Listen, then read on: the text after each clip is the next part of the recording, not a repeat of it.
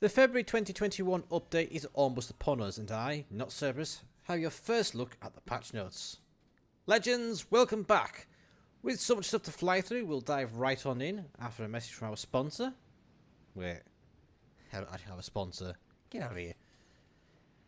If you are interested in sponsoring me, go and follow me on Twitch or hit that subscribe button. Also, while you're at it, you may as well go and visit www.wowslegends.com/code-redeemer, log in using your platform details and redeem the following code. That code is S3YFESP75W. And that code is for 12 Hunter camouflages, courtesy of Wargaming. It's in the patch notes. That code again is Sierra 3 Yankee Foxtrot Echo Sierra Papa 75 Whiskey. Anyway, ships. We have new ships making their way into the Lunar New Year port. Can we please get London port sooner rather than later? We have early access to the British heavy cruisers. The line will start at tier 4, breaking off from the Emerald, and you will, for the duration of this update at least, only be able to obtain up to the tier 6 via special Royal Navy crates. Kicking off the line, we have the Hawkins, followed by Devonshire, and then Surrey at tier 6, with the tier 7 Albemarle being available to research in the March update. British heavies are more heavily armoured than their lighter siblings, have access to HE with good all-round shell damage, single and broad launch torpedoes, sonar, and an enhanced repair party consumable. That does come at the cost of some ability, with them being slightly slower and more ponderous than, well, the lighter equivalent, I suppose. This does sound an awful lot like a ship already in game. London. Which, incidentally, if you don't already have her, you'll be able to get that ship from the crates as well. The crates also have the chance to drop a rather dashing set of Union Jack camouflages too, as well as the usual assortment of items that you get. How will you obtain those crates? Well, they'll be available in the store, and, of course, via the new Dragon Slayer campaign, in which you can obtain yet another premium T7 gem ship. This time it is the super heavy cruiser Seigfried. She comes equipped with 3 twin 15-inch guns, sonar and torpedoes, which means she should be a fairly formidable foe. Or as I see it, an up-tier Gneiss now with slightly less armour and sonar. And a beanie cruiser. Ugh. As usual, you can obtain a bunch of free stuff from the campaign with a total value of 16,190. Here is what you can earn without the arbiter backing. So you can get 45 common boosters, 10 Union Jack camouflages, 15 Type 1, Type 2 and Type 3 camouflages, 250,000 commander experience, 300,000 credits, 3,500 global XP, 12 promotion orders, 1 insignia, 1 accommodation, 7 days of premium time, 250 doubloons, 5 Royal Navy cruiser crates, 1 big Royal Navy cruiser crate, 1 German commander crate, 1 grade 1 Victorian permanent camouflage for the tier 4 British heavy cruiser Hawkins, 1 patch background and 1 patch symbol.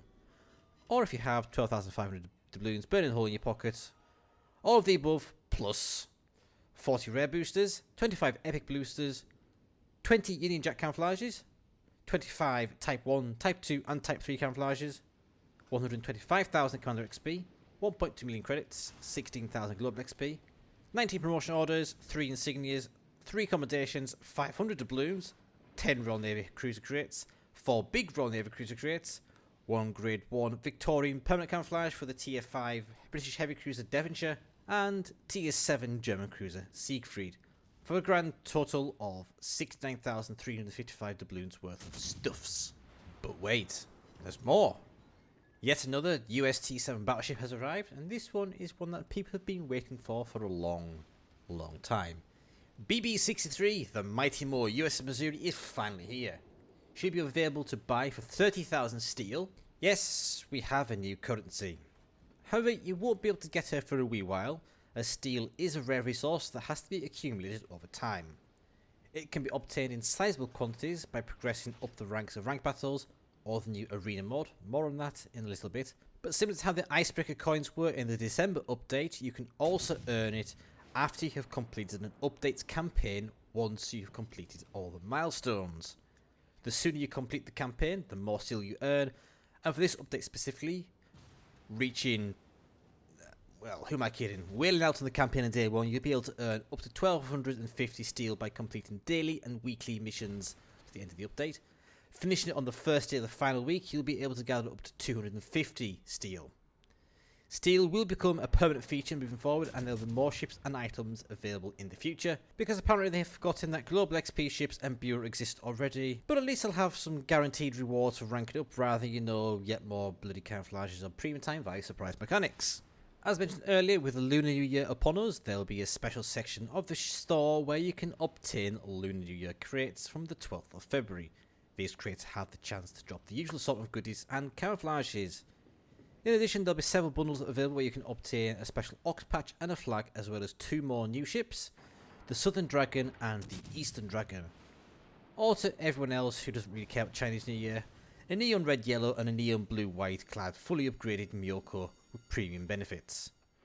Better bring some sunglasses because they're bright. We also have a brand new semi-competitive game mode preparing to take off, and from the sounds of it, it's going to be a semi-regular feature. Starting on February 15th until the end of the update, March 9th, yes, that is a Tuesday. 4 teams of 3 tier 5 ships will face off against each other. Teams will be matched by type where possible, and you'll be able to play in a division, but it may take longer to get into a match depending upon the team composition. However, if certain thresholds are met, presumably longer queue times, then the game will just fire into a game as best it can. With a single control point at the centre of the map, but ultimately the goal will be to eliminate the other teams and be the last team standing. Being the last team standing wins you the match and nets you a bonus 30% XP earned. If anyone else is left afloat, however, it is a draw and nobody gets that bonus.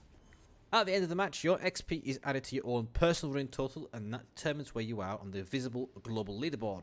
And thusly we arrive at one of the things which I hate about this mode already: XP accumulation. A long time ago, on a sea far, far away, ranked battles used to be able to be cheesed because premium ships affected your base XP, allowing you to be further up the table. Well, as an experiment for this first season of Arena, the lovely chaps and chapettes at Wargaming have decided that not only is your base XP included in the run total, but also any XP earned from any modifiers such as boosters and premium time. Like, seriously, did we not already learn this lesson the first time round? Now, I'm not sure whether premium ships will also benefit from the increased earnings, but it wouldn't surprise me if it is your final XP total that is considered, not your actual earned total. On to point 2 of things I already don't like about this mode. Friendly fucking fire. Yes, you heard me. Friendly fire is now in World War Legends in this game mode. I mean, what the actual fuck? If you hit an ally with shells or torpedoes, they will receive 33% of the normal damage inflicted, and the player who fired those shots or torpedoes will not receive any XP at all for that battle. Did somebody follow the stupid tree when they devised this one, or am I missing something? Because this just seems like a really, really, really dumb idea. I mean, what possible benefit can adding friendly fire be to the game in a game of, well, in a game where you need to get XP? I don't know. I seen this mode, read through it, I was like, huh, that's not going to be fun. On the positive side, the rewards do look quite tasty, but there's another caveat which I will go into once I've gone through them. The rewards are split into tiers, and there are 6 tiers. First, you've got participation, which you'll get a participation trophy, 10 promotion orders, 3 basic crates, and 500,000 credits. If you get into the top 90% of players, you'll get 20 promotion orders, 2 Royal Navy cruiser crates, and 30,000 commander XP. If you get into the top 50%, you'll get 25 promotion orders, 2 winter big crates, plus 20,000 global XP. If you get into the top 25%, you'll get 1 insignia, 2 big Royal Navy cruiser containers, and 500 paints. Getting to the top 10%, you get 2 commendations, 2 commander crates, and 1,000 doubloons. And if you get to the top 1%, you'll also obtain an Arena Season 1 champion flag, 2 Lunar New Year crates, and 2,500 steel. Now, as you may have noticed, these rewards are referencing percentiles. These percentiles are determined by your accumulated XP. As players do more and more games, these goalposts are going to change, which means There's no end to it. In a nutshell, this game mode looks to be Duck of War leaderboard mashed with Rust and Rumble with no end game in sight. I'm sorry, but this just sounds like a really terrible idea. I'll of course give it a whirl, but while my hopes were high when I seen this, and I seen 14 to 3, but the more I look at it, I just feel with utter dread. Next! Some quite juicy changes coming up, but we'll take a look at the skills first. Fight Fire with Fire has received a little bit of a buff and will now work with Russian battleships that have used all of the damage control parties rather than just being on cooldown. And the most recent batch of Ajlan battleship commanders have also received some additional training allow them to equip this skill. So Ajlan Scharnhorst, Ajlan Queen Elizabeth and Ajlan Fuso will all be able to equip Fight Fire with Fire. And for you Brawling fans, enhanced secondary targeting, the consumer that turns your auxiliary guns into lasers, now has 3 charges as standard and is having its cooldown slipped from 180 seconds to 160. Onto the boats that are getting some loving. Cheshire, which is one of my least favourite ships in the game, is getting her rudder shift time decreased from 13.76 seconds to 11.76, and her main battery reload time reduced from 17 to 16, as well as getting a tweaked repair party, which means that she'll now be able to fully heal in 9.3 seconds rather than 27 seconds. Now, just to confirm, it is only the duration that's getting adjusted. The actual healing amount is staying the same, so you'll be able to heal all the hit points that you could have done previously, but in a much shorter span of time. Next up, Cossack, another lackluster and wildly maligned British ship.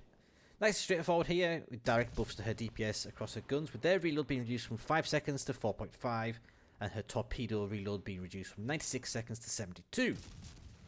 Next up, we have the Charlemagne. I realised this next up twice, but whatever. The copy and paste Charles Martel whack with a massive nerf hammer and shoved down a tier to tier 6 is also getting some massive love. First up is her main battery reload, which is being buffed by 1 second from 13 to 12.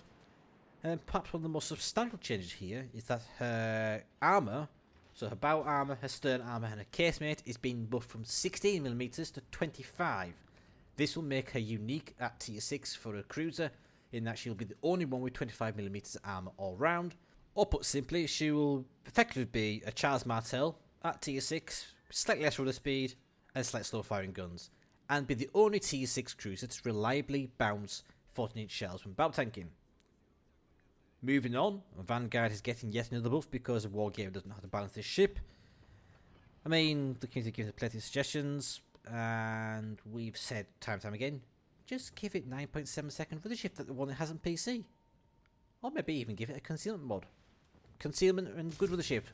What more could you want from that ship? But anyway, I digress. Her repair party is being enhanced to be able to restore up to 25% of citadel damage, up from 16% as it is at the moment, as well as being able to complete its full repair in 10 seconds rather than the current 28 seconds. As with Cheshire, it will restore the same number of maximum hit points across the period, but it will just do it in a much shorter time frame. And I believe with some quick maths, I've worked out that will to rebuild and master mechanic maxed out, you'll be able to recover just shy of 3,700 hit points per second for 5 seconds, and have 5 of them. Instant power up. In addition, Vanguard is getting a 2.6% improvement to her shell grouping, which should make her a little bit more accurate than she already is. And finally, Duke of York is getting an extra sonar charge, so she'll have 2 rather than 1. In addition, for 75 of your precious paints each, you will now be able to craft Grade 1 historical permanent camouflages for 8 tech tree ships, including Fuso, Ioba, Fubuki, New York, New Mexico, Pensacola, Farragut and Mahan. And as we approach the end of our fly through these patch notes, let's take a very quick look at the miscellaneous changes and bug fixes. Next generation Xbox players will now be able to communicate with their Sony counterparts, as they have now fixed the issues relating to cross-platform voice chat. Gunfire animations have been improved, along with the main battle results screen now showing the correct battle mode. Previously it just showed domination constantly. Your legendary rentals have now gone, with their modules placed safely in storage for you for use elsewhere, and any XP you've accumulated dumped onto the T1 ship for the respective nations. So Gearing and Worcester XP went into Albany, and Conqueror went to Weymouth. And finally they fixed that bloody bug in which the menu would constantly scroll up as if you were holding the controller analog stick in the up position after the match has ended. Thank God, how many times has that been an issue in my bloody streams? But I think that's everything. Wait, I'm missing something. Missing something big. Oh, aircraft carriers. From the 1st of February until the 15th, there will be a special game mode called Airstrike. You'll be able to take to the skies and air deliver pain to your enemies from the US and Japanese flat tops Langley and Horseshoe at tier 3, with Ranger Ryujo at tier 5 under the watchful eyes of commanders Ernst King and Tama Yamaguchi. Carriers will be limited to 1 per team, and unless you get selected for the first to fly sign up phase or are a volunteer within the official community, e.g. a super tester, a moderator, quartermaster or a contributor, then you'll need to play 2 or 3 games yourself against the flying aces before you can slip into the pilot's seat. The game mode will have bots enabled, so you shouldn't have any problems getting into a game to start off with. Aircraft carriers are equipped with HE dive bombers and torpedo bombers only, so destroyers, rejoice, no rocket planes.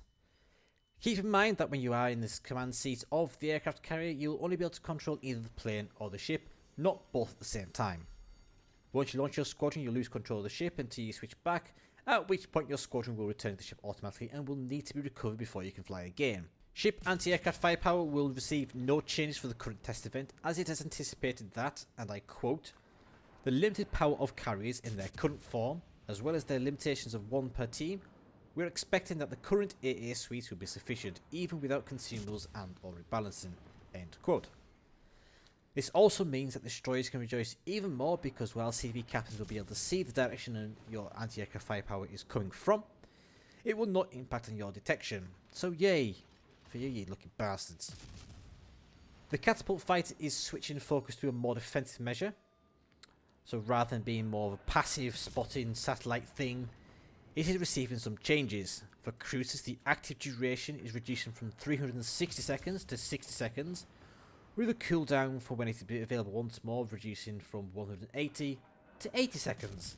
For battleships, the fighter is only getting the cooldown tweaked, since they have a shorter duration on their planes anyway, but you'll be able to use the plane once more with an 80-second recovery time down from 180. So maybe, just maybe, Kerfurst will be able to get through those 7 planes after all. Who knows? You can play ships up to and including tier 6 in the game, with a variety of chain missions to complete as well. Best get some practice in now, because aircraft carriers will arrive permanently in a few updates time. So yes. And that, ladies and gentlemen, is your February summary. Aside from the new arena mode, I am quite looking forward to this update. It's nice to see some premiums finally get some long overdue love. Union Jack camouflages, aircraft carriers, Union Jack camouflages, British heavy cruisers, Union Jack camouflages, Vanguard love, and Union Jack camouflages. Did I mention? I really like the Union Jack camouflages. I will be honest though, as much as I like battleships, I'm rather indifferent to Missouri, especially being added as a steel ship, as if I'm being frank, I don't like the idea of how we have to buy out campaigns early to get enough steel to make it worth the effort. I thought Bureau was going to be used to get special and rare ships, or Global XP, but nope. Ah well, I digress.